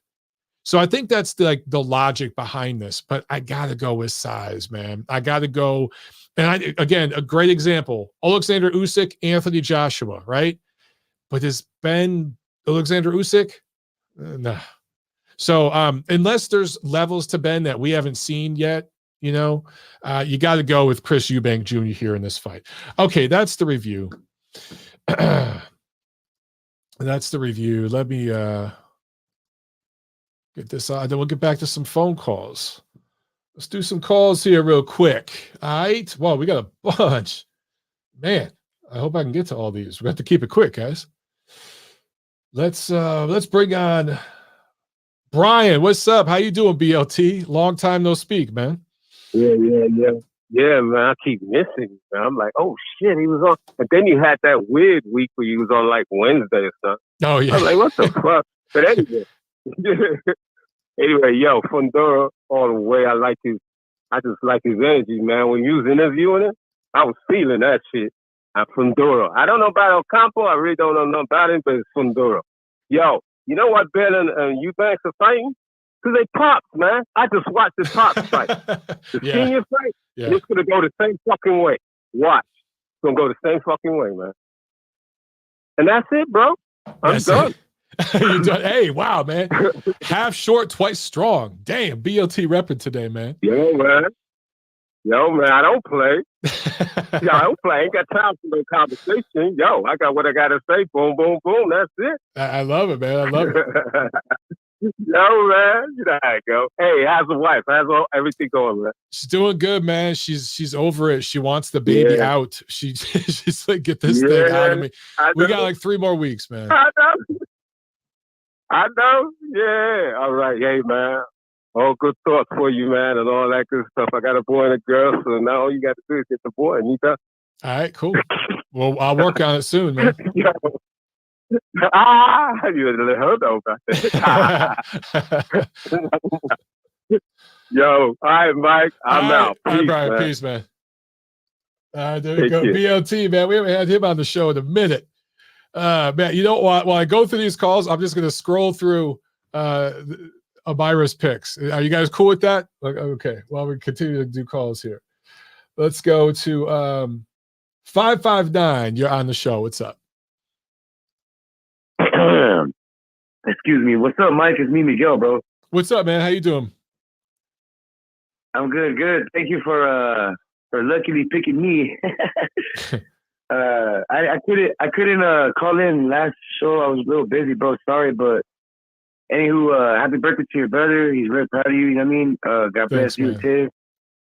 Thank you for all the hard work you're putting in, and I just want to catch up on a couple of things I missed out on. This juggernaut guy, this Joy Joyce. Yeah, man, he really caught my attention, and I mean, I'm not like the best, you know, at watching fights and as far as like breaking them down, this and that, but I have a good eye, I think, and yeah, this guy's a problem for anybody. I first seen him when Usyk took him to school, and then after that, how he destroyed the other British dude. What's his name? Danny Dubois. Remember, he broke his orbital. Yeah, Danny yeah, there Dubois. you go, Dubois. Yeah, the other destructive dude. And this was kind of like when Joshua was still reigning. So, you know, you kind of figured, okay, it's all about the big guys now. And out of all these big dudes, who has the most technique and speed, you know? And it's been Tyson Fury, as we can all see. But you know, this reminds you don't always need speed to win a fight. This guy, like you said, has an awkward, when he catches momentum and when he starts using his weight, especially the way he fights. Well, first of all, the way he's actually progressed and the skills he's actually acquired, that's a whole nother talk in itself. He's learned how to jab to the body. He's learned how to block better. He's not as stiff as he used to be at all. He's more fluid. Mm-hmm. His muscles have really built in more, because the more you go pro, the more your body, you know, gets solid. Someone said that his bones are usually, or by scientific definition, are larger than most guys, like, even his dog. Apparently, well, you know, they're like 6 times as thick. It sounds crazy. Yeah, that's what it they sounds say. Crazy. It sounds crazy, but I've met a lot of people that, you know, you don't need to have a microscope, dude. Their bones are thicker than others. Like the way even his face is proportioned. This guy is literally, that's the most fitting name in boxing right now. He literally is the juggernaut, dude. Yeah. He's this guy that can take your best shot. Shouts out to Joseph Parker. The way he's setting up is masterful. Shots to the body with pure power sitting on the foot, and then he'll go back to the jab and box in the circles, pounce back out from the corner, and actually win rounds, dude. Like, he was half the guy he was years ago. We got to remember, this guy was once one of the guys that fought for Joshua for the gold, you know, so, and he went the distance with him. He was actually one of the fastest heavyweights considered at the time. Usyk wasn't even around. Tyson Fury was still in exile. So this guy's a real veteran. To me, like you said, perfect matchmaking. He passed the test by all colors, and he got put under pressure. I haven't seen a heavyweight yet that can take a punch in our modern era that could take a punch like him and not even blink, Michael. I thought they were joking around, but they were. I had to rewind it. He walks right through him, man. Dude, he ate him on the chin, and Parker was mesmerized. Like, you could tell. I mean, come on, you don't come across a guy ever when you give him and especially heavyweights. I'm a heavyweight. I box dudes bigger than me, you know, and to take a shot like that, you know, I probably would have to take a knee, dude. Like that was vicious, and he took him over and over. And what that does to your opponent is it just really discourages him. I don't think Parker actually got tired, and his second win kicked in pretty good. I think he just got discouraged. And on top of that, what happened in the 11th round, if someone wants to be successful in this sport, if someone wants to catch attention, if someone wants to actually make money, Joe Joyce, 11th round against Joseph Parker, I had to rewind it like 3 or 4 times, and I tried to count the punches as accurate, and the estimation is this. From the bell, And when I say from the bell, you don't see this no more. And you got guys like Philip Hergovich and Zhang and all these big ass dudes that, yeah, they're getting each other, but they're playing catch and shoot. You don't see a guy rushing and risking emptying his gas tank to get this guy out of there. You know what I mean? Because he's confident in his skills and his punches. You don't see that no more. And out of all the people that are talked down on, especially in the heavyweight boxing division, Joe Joyce was the last person I thought I was gonna do that. Dude, he punched it like his life depended on it, and he landed. I don't know how much he landed, but it was the majority that he did land. So, but I counted about that. These are the punches he threw from the bell, and he didn't. It's not like he sat there and tried to jab. No, he damn near ran through his opponent the right way in the boxing stance, and he kept throwing. He landed threw about 40 to 50 punches, Mike. For a heavyweight that late in the fight, that's good. Yeah. Dude, not even for heavyweight. We've been talking about this for like this past year or two already. Even these lower divisions, none of these guys press the gas no more. Yeah, none of them. You know, especially in a championship fight, dude. I mean, we got guys like Devin Haney getting praised, and yeah, it was because he beat the guy that was the boogeyman, whatever. But dude, he won it off running. What else do we have?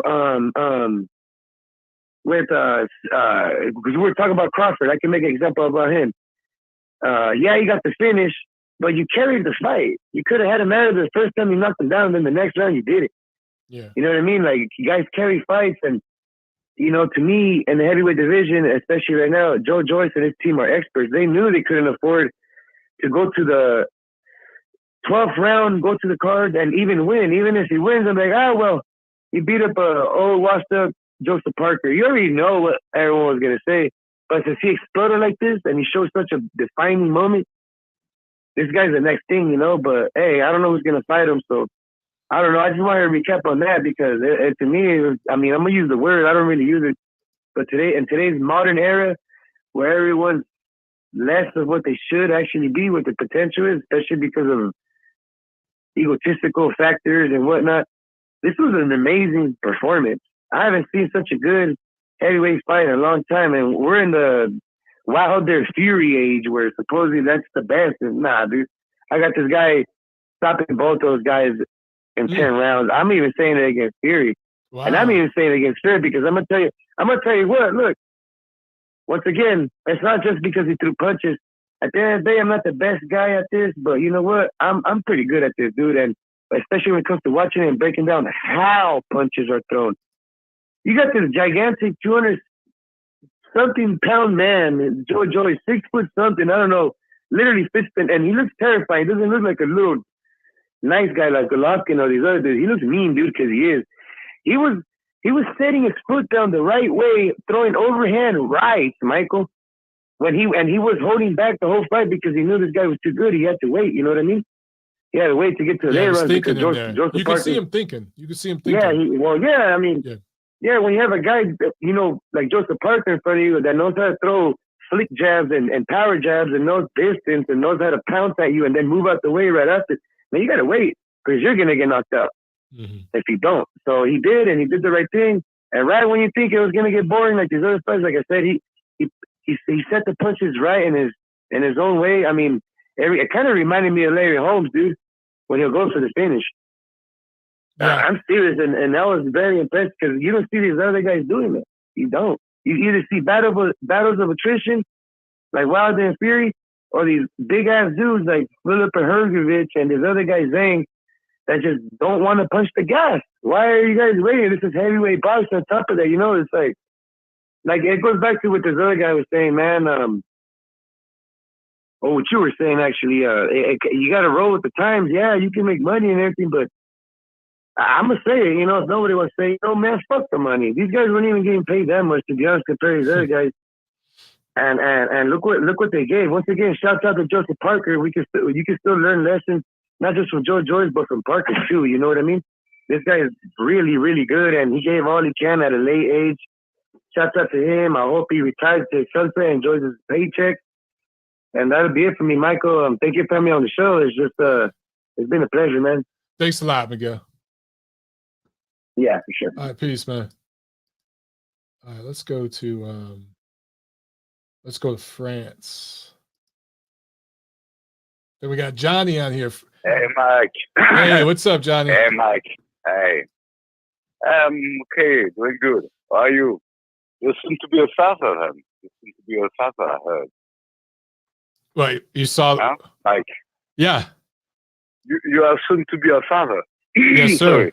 Yes, You're sir. soon to have a daughter, I heard. Yes, sir. Good luck to you, Mazel Tov, man. Thank you. It's great news. It's great. It's great. You know, and I have to say, I have you have a caller. I have a son and a daughter, and the son is the elder. But you really get to be a father when you have a daughter, because the relationship with the daughter is so different. It's amazing. So really, mazel tov to you, Mike. I didn't have the occasion to mention it and to say it to you. So mazel tov, and it's good for you. I'm very happy for you. Thank you. So just a few words about the Conor Benn Chris Eubank fight. And just one question, Mike. Do you know when was the last KO for Chris Eubank? Good question. Let's check. Well, I'll tell you, it's 2019. It's Mike v. Koborov. And before that, Korobov, yeah. He beat Korobov Korobov in 2019, and then before that, it was, well, there was a retirement win against J.J. McDonough, but that wasn't really a knockout. It was what, Avni Yildirim, right? No, before that, exactly. Yeah. And back in the World Boxing Series. So the guy, right now, what I do see about Chris Eubank Jr. is a guy, he's got skills, he's got speed, he's got a bit of power, but he's not taking it seriously. And the problem with him is mostly his family, because his father is crazy, yes, basically.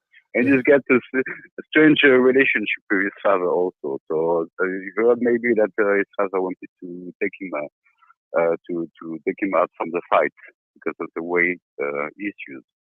Because of the weight of 157, he didn't want his son to fight at a solo weight, at a weight solo. So he's got a strange behavior. So he's not taking it very seriously. And the last fight he had, the last one was Liam Williams. Do you remember this fight? Yeah. You know? Yeah. You know, it put him down several times, but he would not deliver. And when you're on the top game, you're supposed to be among the top 5 middleweight. You have to take him out of here. Yeah, you that's a good point. Show. You claim to be boxing at the highest level. And also he fought to watch James DeGale, and he couldn't get him. Would not want to get him out of there. And anytime he gets into a guy with skills, just like George Groves, guys like this, he doesn't have what it gets to climb to the occasion. He goes to Groves, he goes to Sanders, good fighters, but like not Steros, not like no Canelo, And on the other hand, Conor Benn, what I see in him is that he gets people out of there, He takes care of the business. He gets them all over there he kills them, he stops them in 2 rounds, 3 rounds. The job's done. It's very relentless, and he mixes it a lot, He throws a lot of hooks, and when he gets changes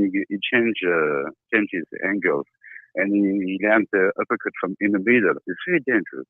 It's very, you get a great variety of those also. So I will go with the fighter. I will go with the better fighter, even though, the size difference is. So you're picking Benn? But, you think Benn's going to win? Yeah, I'm picking Benn. By decision? I'm going with the fighter.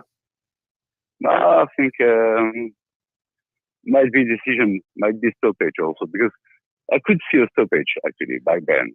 Wow, that would be big. Even though, yeah, that'd be very big. But even though, you know, I see same, not the same qualities, but I see a good lot of qualities in Conor Benn. He's a good finisher. He's relentless. He's accurate. He's got a good variety of blows, and it takes things more seriously than Chris Eubank. But the problem is, his father was more or less the same character, and he ended up losing to Chris Eubank's father, to Chris Eubank Senior. So I wonder about the emotional load for him especially, because he seems to be very much involved in the family legacy at that level, and his father also is involved, but in a better way, in a more constructive way. I rather like more, you know, Nigel than Chris Senior. I think most people do. And, yeah. I do think it's fun. It's a fun.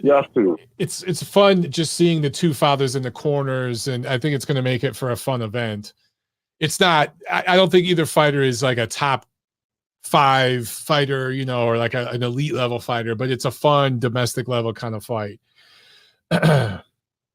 Well, I saw in box spec that Chris Eubank Jr. is supposed to be considered third middleweight at world level. I think it's a bit overrated. Yeah, I agree with you. I agree with you. And Chris Eubank and Conor Benn should be the ninth. But one thing about Conor Benn is that he used to be the smaller guy. When you see his last fight, yeah, even at welterweight, at 147, he was already the against like Algieri, those guys were taller. Yeah, but I've just never seen Eubank hurt. That's the only thing for me. But never did I. But I did see him I didn't see him with very aggressive fighter. You know. Yeah. Billy Justin does. He's not very heavy-handed. And Josh Groves was already faded. That's a good point. With, but because Conor Benn's got a good lot of power, and also trust benches. Yeah, I look at that repeatedly. He trust benches. You know, he sets various hooks, right hook, left hook, uppercut in the middle, changes angles, throws straight right. You know, it's pretty versatile. So I'm going with Ben being the better fighter. I'm going with the idea that I've seen Chris Eubank not doing enough to stop his opponents, and maybe he have a better start of the fight. Maybe he'll be able to get a few knockdowns. But then on the long run, I think he's too lazy. So he's going to get lazy, and he could you know, be nice with Johnny, big. You're on the record.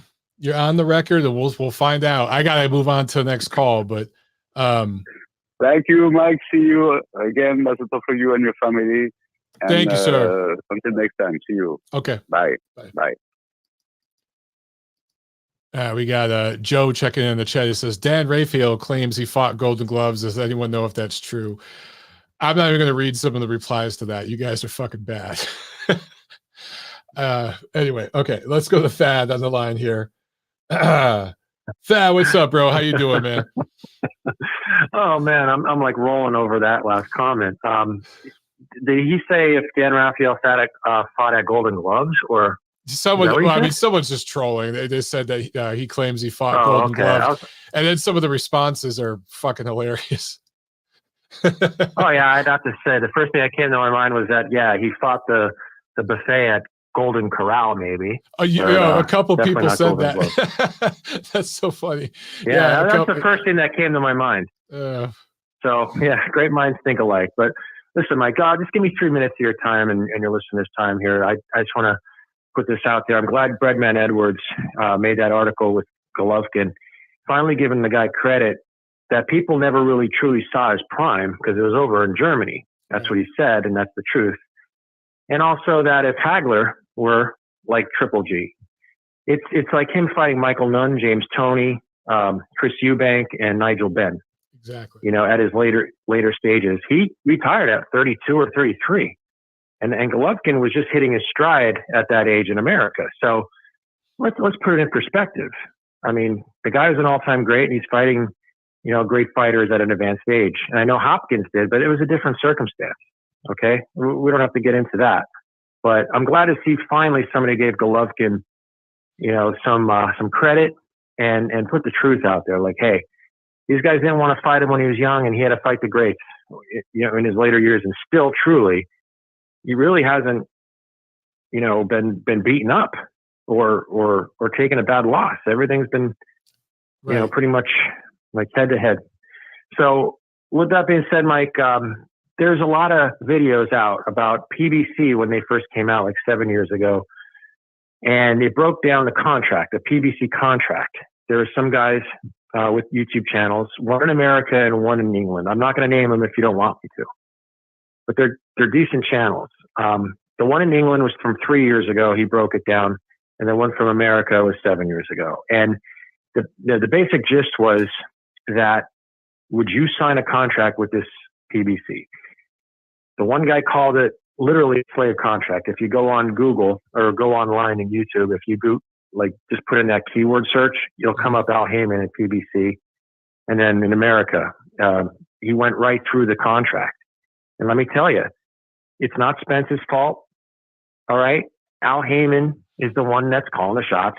The fighters at PBC, they have no autonomy. They have no ability to make the fights that they want. They could review the fights with Heyman and the top brass at PBC.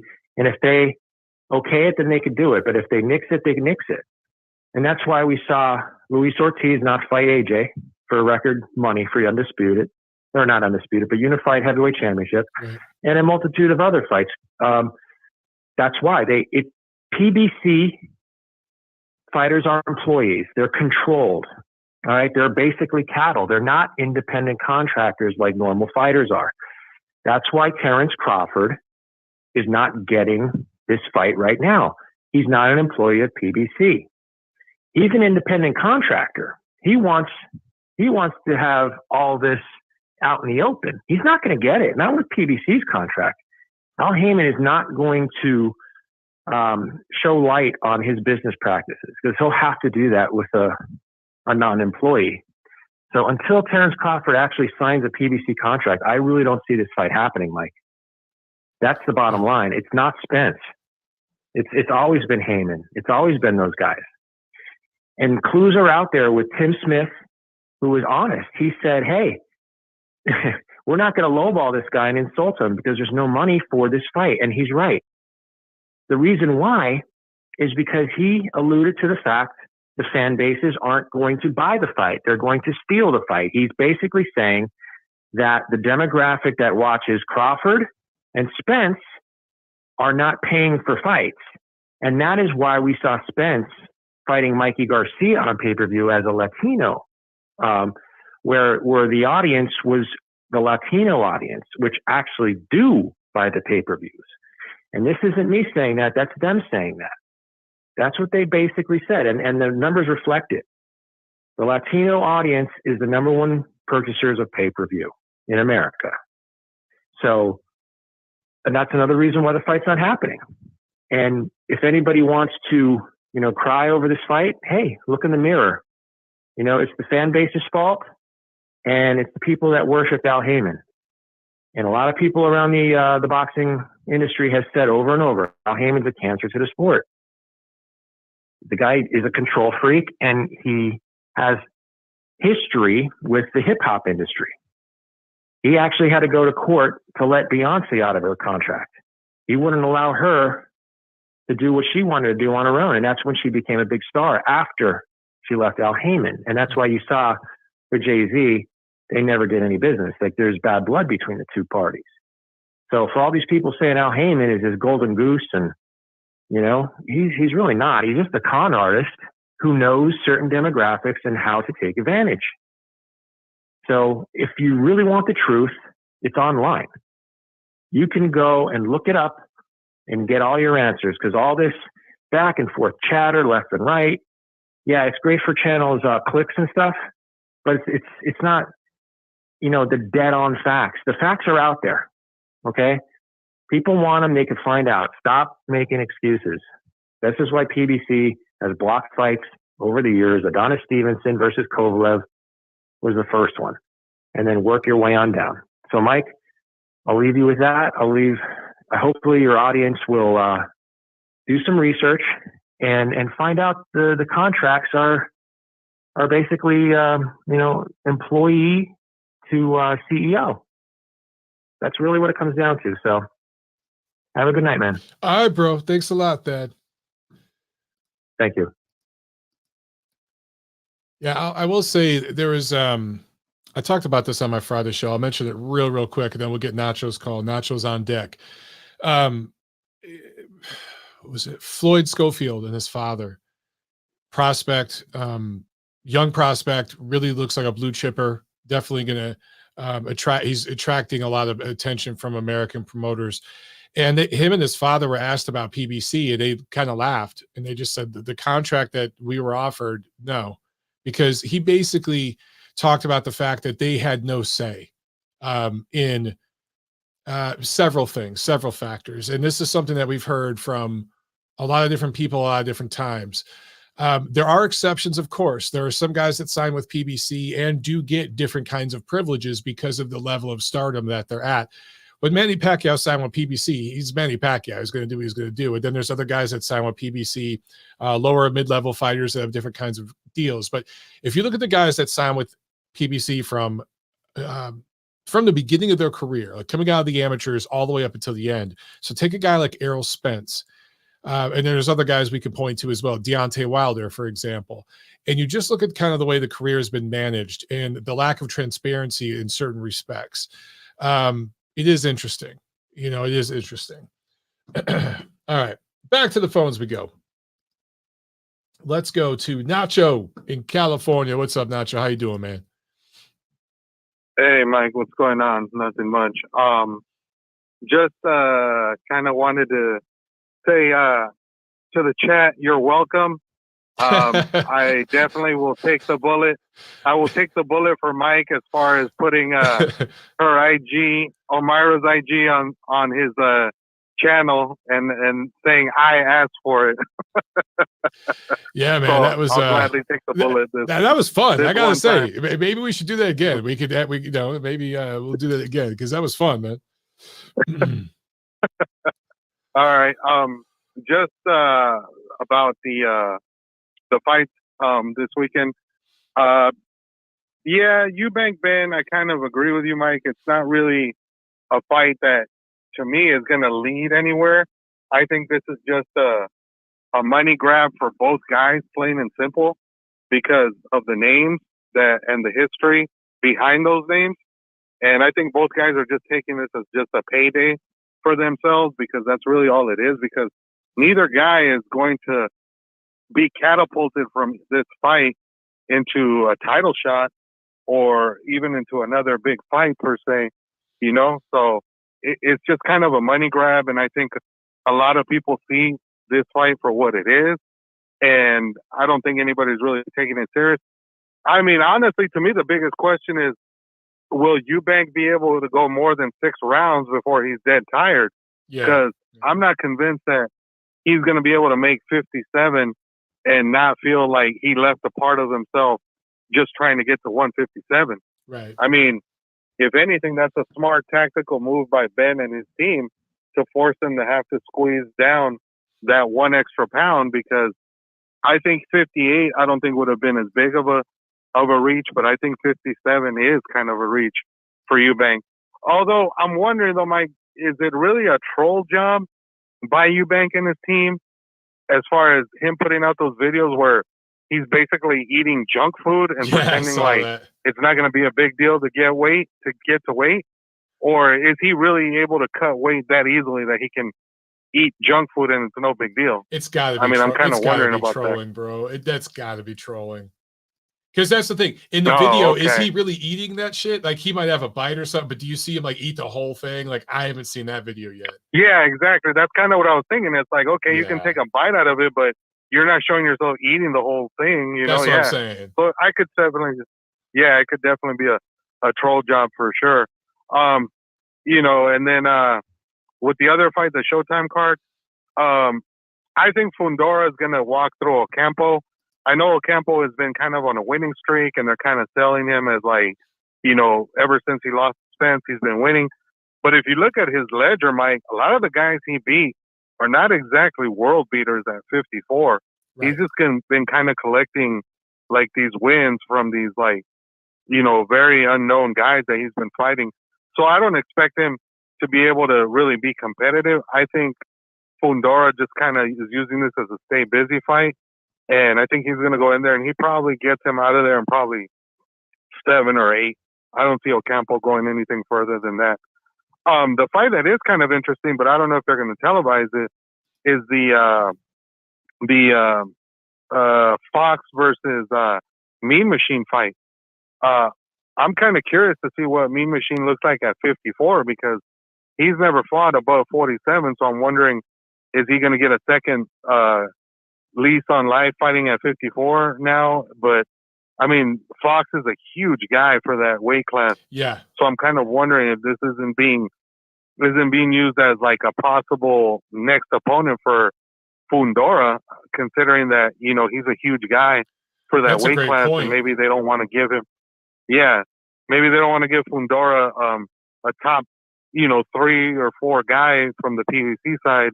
You know, maybe they use Fox as the next guy by showcasing him against Mean Machine. That's going to be an interesting fight. I'm curious to see how both guys perform and see if Fox especially would be, you know, used as an opponent for Fundora, you know, in his next fight or whenever it is that he fights next. And then I just kind of wanted to bring up the whole Garcia Tank thing, Mike. I don't see that fight ever happening. Like, it's funny how everybody's so into these social media back and forth between these two guys. Like, they really think they're going to see this fight. I just don't think the fight happens because at this point, I mean, Tank is at his peak as far as his ability to get the most out of his talent. And yet they're still reluctant to make the fight against 24-year-old Ryan Garcia, who still hasn't hit his peak. So I would have thought that Mayweather for sure would have said, okay, let's go ahead and make the fight now before he gets any better. And if Ryan Garcia gets better in the next year or two, are they really going to be all that motivated to make the fight at that point? I don't see it. I think they're just kind of using each other's names to kind of, you know, try to basically con us into thinking they're going to fight each other. And then they're both just going to pull some random name out of a hat and be like, oh, you know, like, we're going to be like, oh, great. Like, this is who they ended up fighting. So much for that. And then one last thing on the Spence Crawford thing. I just find it really, really eye-opening, Mike, that Terence Crawford has basically agreed to every little stipulation they wanted him to agree to. And all he asked for was honest business practices so that he sees exactly where his money is going to come from. And the fact that the PBC and Heyman have literally said no, that's just a huge eye-opener to me. That makes me question. Kind of exposed him a little bit, right? It kind of, it makes me question. Yeah. It makes me question how much they really want Spence to fight this guy. I mean, why else would you put up all these roadblocks and then the guy agrees to all your roadblocks and then you finally come out with another one that you know he's not going to say, oh, okay, yeah, let's go ahead and do it that way. Like, it's just something fishy. And I'm just wondering if this wasn't their plan all along to see how far down the road they could get him to agree. And then eventually something was going to come up to where they would turn around and be like, oh, look, well, we did everything we could. He just didn't want to fight. You know, I just find it very, very fishy to say the least. So, all right, Mike, I'm sure you got other callers. All right, Nacho. Thank you for your contribution today, bro. Yeah, bro. All right. All right. So we got the O'Mara post right there because of Nacho. All right. Yeah, look, man, I think Nacho brings up a great point about that fight between Mean Machine and Michael Fox, because I talked about Sebastian Fundora earlier. Fundora said he wants to stay busy, and the winner of that fight would be the perfect level of opponent, I think, for Fundora to fight while he waits for Charlo Zoo. All right, let's go back to the phones here. And also, yeah, also a great note by Nacho. Crawford's kind of exposed some of the way PBC does business at the highest level and how fights get prevented and why they don't work with others very well. I'm just saying. All right, we got Jack on the line. Jack, what's up, bro? How you doing? Hey, I'm doing good, man. There's a few things I want to say. So first off, Thad. Man, he's basically the opposite of Fight Doctor. He's so hateful. He's like, oh, Heyman, you just come back. You just come back. And I know Thad does not like the Al Heyman. That is true. He does not like the Al Heyman. Yeah. You said you met Al Heyman. That's crazy. So what was the interaction? Was he just, like, you said he was calm or something? And he was really, so like it was, there was what that Citizens Bank Arena or something. It's like in Ontario. So it's like, I don't know, an hour east of LA in the Inland Empire. And there was a PBC show there. I can't remember which one, but I was like backstage interviewing fighters, and I went back in the locker room. I was hanging out with some of the guys, and Al was back there with one of his fighters. And I swear there was paperwork back there. They were signing papers, and dude was like getting gloved up and his medicals and all that. And they were signing papers together. And I said hi to him, and he said hi to me. And it was literally like 3 sentences were exchanged. That was it. But he was there in the room with us. And I introduced myself, and he said hi back. He was nice, but he was very, very quiet, very almost timid and shy acting, kind of. Well, he's like that. Like, I mean, no one's even like seen him in interviews. So I guess he's kind of a shy person. But the Thad going off saying everyone with PBC is a fucking horrible human being. That's just bullshit. I mean, there's some good people there. Like Brandon Figueroa, I know he's got drunk driving, but he seems like, I know he just got a DUI, but he seems like a nice person. And I know Figueroas are nice, dude. So like Omar, my wife, me and my wife met Omar in LA, and like I took a picture of the two of them together and stuff, and he couldn't have been cooler. He was like super cool. They're fun to hang out with if you like to drink. I'll just say that they're fun to hang out with. Yeah, and you got a picture of the sister up there. Hey man, this is the one time I'm not focused on women. Anything boxing. This is the one. That's all Nacho. That's all on Nacho. Blame him. Because you want to know what? You know what's pretty funny? I sparred one of the best female fighters in Indiana, and she was really attractive. And when we sparred, and she was wearing like some really tight leggings to your butt, and like that was the last thing on my mind because I was sparring her. And you ever sparred a girl before? Never. The only thing I've done is I've let some girls like punch at me because they were working on their offense. So I would just play defense. I'd just do drills, but I've never thrown a single punch at a chick. Like there's no way I'm doing that. Why not? Dude, sorry, that's my bad. I'm a heavyweight, barely a heavyweight, but still. And first of all, if there's a chick that weighs 200 pounds, okay, but I haven't met one yet. At least not a boxer that weighs 200, a female boxer that weighs 200 pounds. But a lot of these girls, man, they're like 130, they're 140. Like I don't spar dudes that size. You know what I mean? We're gonna spar eventually. Well, I'm like 180 okay. right now. All right. What? You don't think we're gonna spar eventually? We'll spar, bro. We'll spar. All right. And no, but sparring with you, that makes me because like everyone gets nervous with sparring, but me and you, we won't go too hard. We'll just give each other some work. You know what I mean? But you don't have to. Yeah, I don't want, because I'm kind of worried. Like sometimes if I go in with a guy like your size, I sparred a dude 260 once. And the dude tried to rip my head off. And at the end, I didn't even throw any punches because I was so nervous he was going to counter and just rip my head off. So I didn't even, at the end, Lama was like, congratulations, you survived. I'll be like, what the fuck was that? I don't want to just survive. I want to do good. But anyways, shit. So earlier you said 5'8" is short. Like you're talking about Nigel Benn, he's a little guy. Hey, 5'8", just because you're like fucking 9'11", bro, doesn't mean that people that are 5'8" are short. My dad's 5'8", man. My mom is tall. I look like my mom. My dad's 5'8". So, you know, I shouldn't have said short. It's not like it's 5'3". All right, I take that back. I apologize. I take that back. Yeah.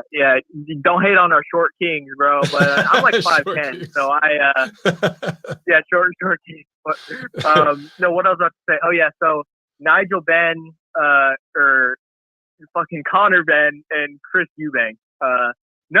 Junior. Sorry, I get the names mixed up.